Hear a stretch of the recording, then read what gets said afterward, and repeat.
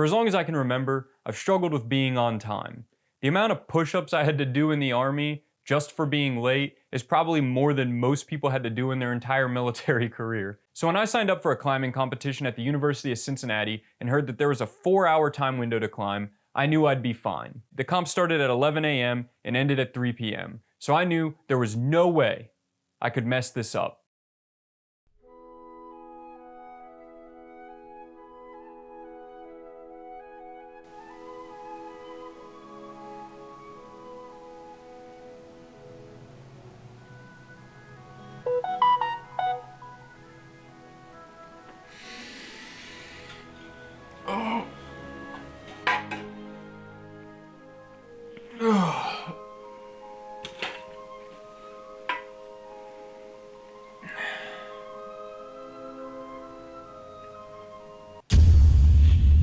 Shit!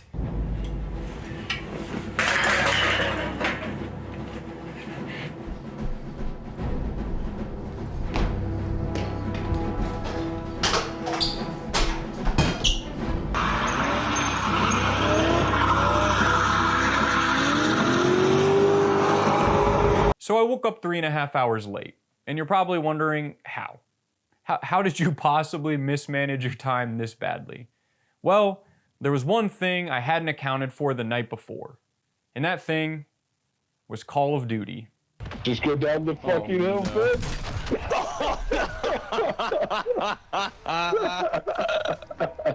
That fucking tree. I was up till 5:30 playing Warzone with the boys, so I had to make a sacrifice, but I don't think it'll affect my performance.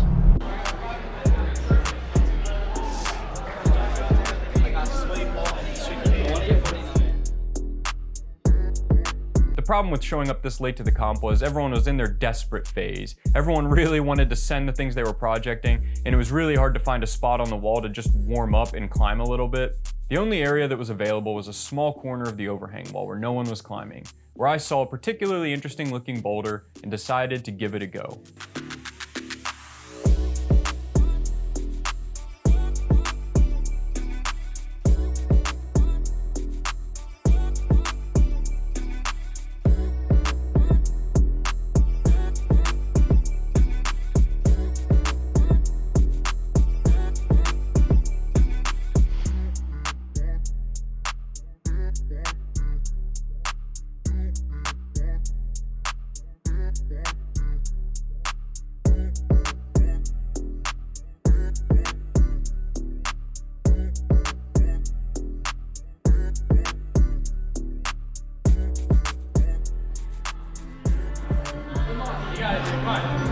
You got this.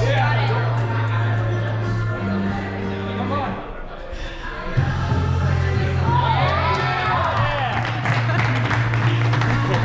So if you're confused about why everyone was cheering and applauding after I finished a random warm-up boulder, so was I. Well, it turns out that the boulder I had just done was Boulder 50, and Boulder 50 was the hardest boulder in the comp. I genuinely thought I was just doing a warm-up boulder. Granted, it was definitely harder than I thought it would be, but I did not expect that to be Boulder 50. I had no idea. It was at this point that another climber told me that Boulder 50 was actually supposed to be a dyno, and I wouldn't have had so much luck on it if I actually had to dyno it, and because I found my static beta brake, I'd found the easy way out. So I made sure to remind him about the Church of Dynoology. Watch out, watch out, watch out, watch out! At this point, the gym staff let everyone know there were 19 minutes left in the comp. Yes, they said 19 minutes. That's how I remember it, because it was a very specific amount of time. Now, the way that this comp worked was they took your top 5 best boulders. So I still had to send 4 more boulders in 19 minutes if I wanted a chance at placing in the comp. Now, I've always wanted to do all 5 of the hardest boulders at a climbing comp, but I've never had the opportunity, and I wasn't gonna let 19 minutes stand in my way. So I went to Boulder 49.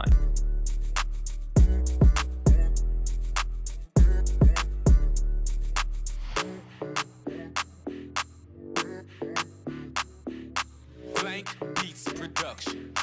Alex, don't stop me.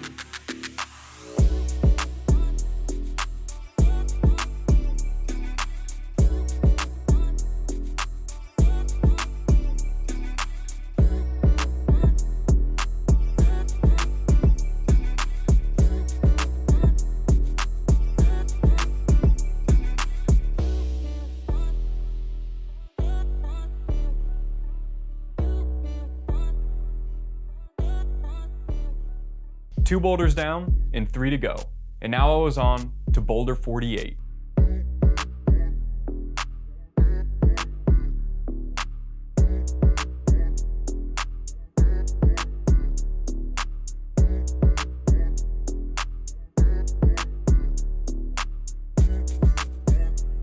This should have been boulder 50. Like, why was this boulder so hard? This was insane. You can't really tell from looking, but the holds here are from like the 80s. They've been using the same holds at this gym since rock climbing was invented, so they have no friction. And this is just a hard move in general. I spent way too long working on boulder 48 until I was reminded that there were only 10 minutes left in the comp and I still only had 2 boulders done. So I just went straight to boulder 47.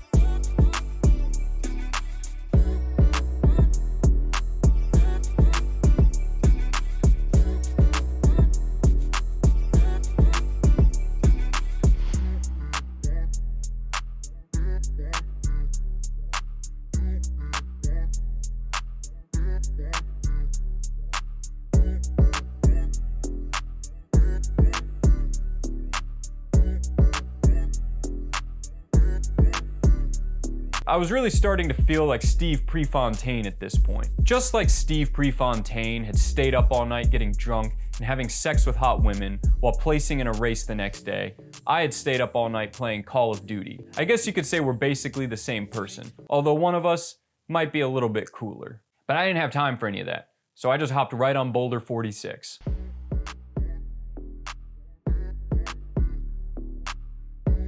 I gave boulder 46 one attempt, and I just did not have time to project it. There were 5 minutes left by the time I finished my first attempt, and you have to remember, I'm basically just doing an infinite 4x4 at this point, so I was getting pretty pumped just doing all these boulders back to back, so I just went straight to boulder 45.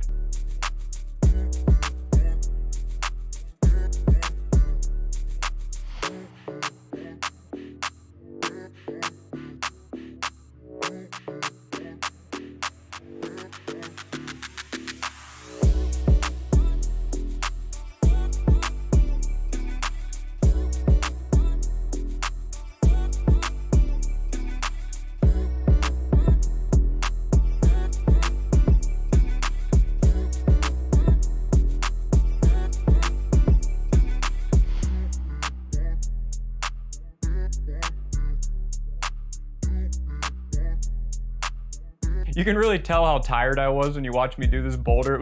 It looks like when somebody's faking being bad at bouldering, but they're actually a lot better. So while I was on boulder 45, right before I finished it, we got the 1 minute warning. 1 minute left for everybody to finish their boulders. And if you've been keeping count, at this point, I've only done 4 boulders. So as soon as I got off the wall, I ran to the nearest boulder I could find, which was boulder 42. Blank Beats Production. Alex, don't stop me.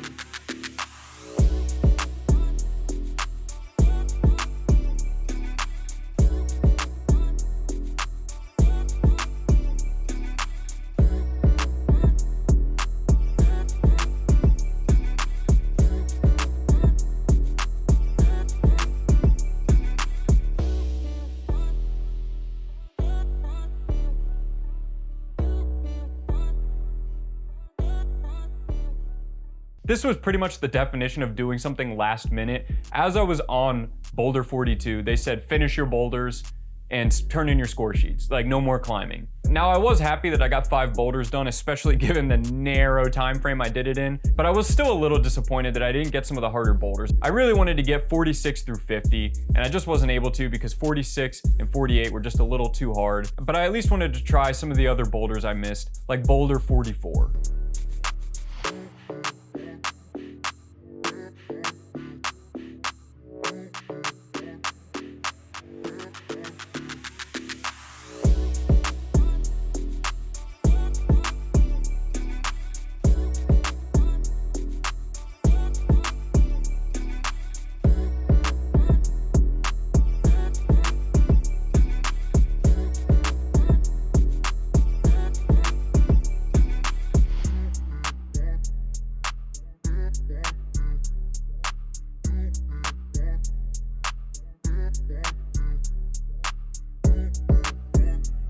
I was a little bit bummed that I hadn't gone to boulder 44 instead of boulder 42, but there was no time for me to look at any boulders or try to find the next boulder. I just had to jump on something.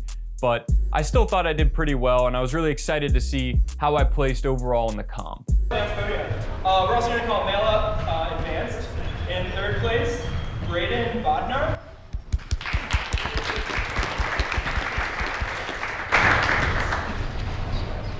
Second place, we got Cam. Somehow they managed to pronounce my last name Bodnar correctly, but not my first name, Brandon.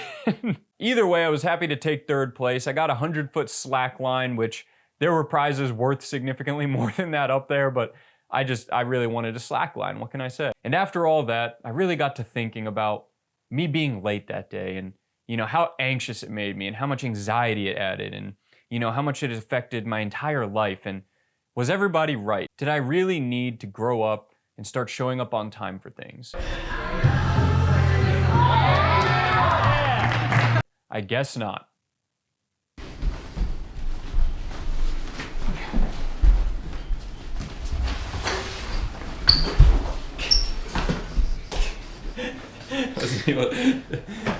Knock them over. Try it again.